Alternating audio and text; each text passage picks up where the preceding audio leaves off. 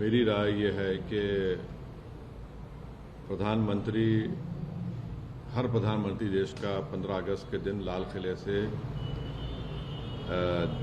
मुल्क की आवाम को, जनता को अपने भाषण के जरिए ये बताती है कि उनकी सरकार ने क्या किया या क्या करने वाले हैं। एक रिवायत रही है।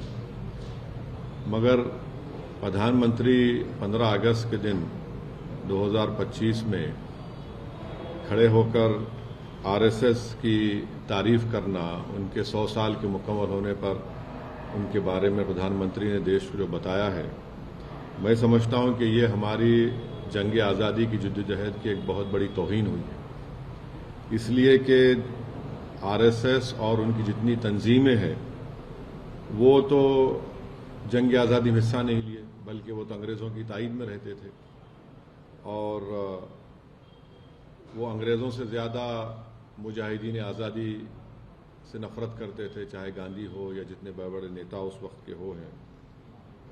तो मेरा मानना यह है कि आरएसएस हमेशा से 1925 से लेकर अब तक और मुस्तकबिल में भी वो इंक्लूसिव नेशनलिज्म की मुखालिफत करती रही। जो यही इंक्लूसिव नेशनलिज्म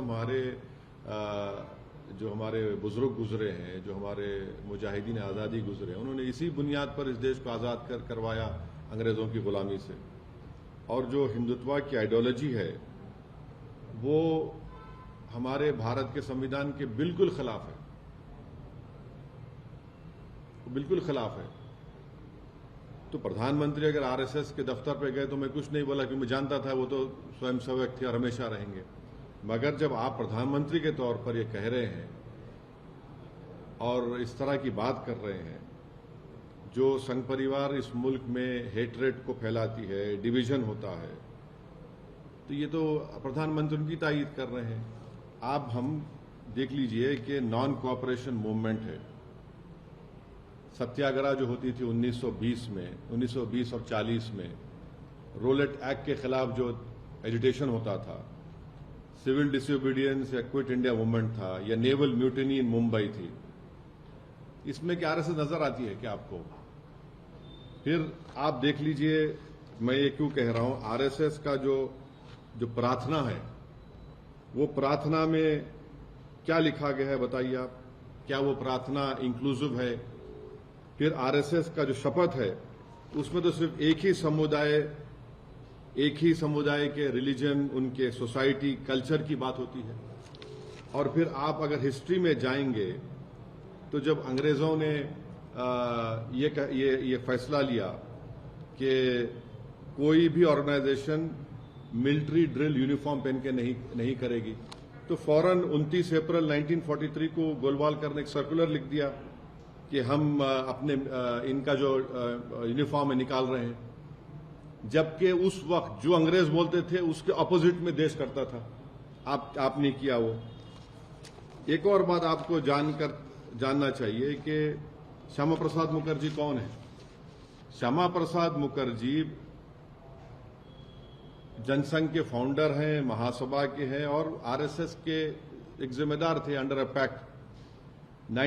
दिसंबर 1941 में श्यामा प्रसाद मुखर्जी बंगाल कैबिनेट में मंत्री बने। कौन उसको हेड कर रहा था? फजलुल हक। ये कौन था फजलुल हक? ये फजलुल हक वही आदमी था जो पाकिस्तान के रेजोल्यूशन मुस्लिम लीग के सेशन लाहौर में मार्च 1940 में मूव किया था। आप बताइए फिर आज प्रधानमंत्री इनका बात कर रहे हो। दूसरी आखिरी बात, ये जो प्रधानमंत्री कहते एनजीओ, आपको इनकी हिस्ट्री अगर मैं, क्योंकि वक्त नहीं है, मुख्तसर से अल्फाज में कह रहा हूं कि आरएसएस ने जो मिसलेनियस एप्लीकेशन नंबर 17 1978 में जो डिस्ट्रिक्ट जज नागपुर के सामने फाइल किया था, राजेंद्र सिंह ने फाइल किया था, जो बाद में बाला साहब द्योरस जो उस वक्त सरसंघचालक थे, उनके बाद वो सरसंघचालक बने। उन्होंने क्या लिखा पढ़ लीजिए आप। कॉन्सेप्ट ऑफ हिंदू नेशन के बारे में उन्होंने क्या कहा था। फिर उसके बाद आप पढ़ लीजिए जो एप्लीकेशन उन्होंने दिया था उसके पैराग्राफ नंबर 13 पे क्या लिखा हुआ है। फिर उन्होंने सरसंघचालक के बारे में क्या कहा था। ये तमाम चीजें सामने हैं। उनका पार्टी का जो आर्टिकल 14 है, कल्चरल ऑर्गेनाइजेशन बोलते हैं, मगर हर काम आप पॉलिटिक्स में हिस्सा लेते हैं।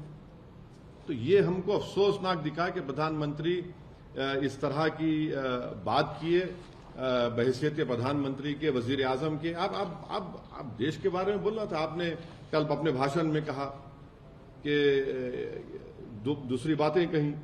ठीक है, हम आइडियोलॉजिकली बीजेपी के खिलाफ थे, रहेंगे, प्रधानमंत्री बीजेपी से आते हैं, मगर एक वजीर आजम तो है। मगर इस तरह उन्होंने आरएसएस की उनको सराहा, उनकी तारीफ की, ये सरासर गलत है। और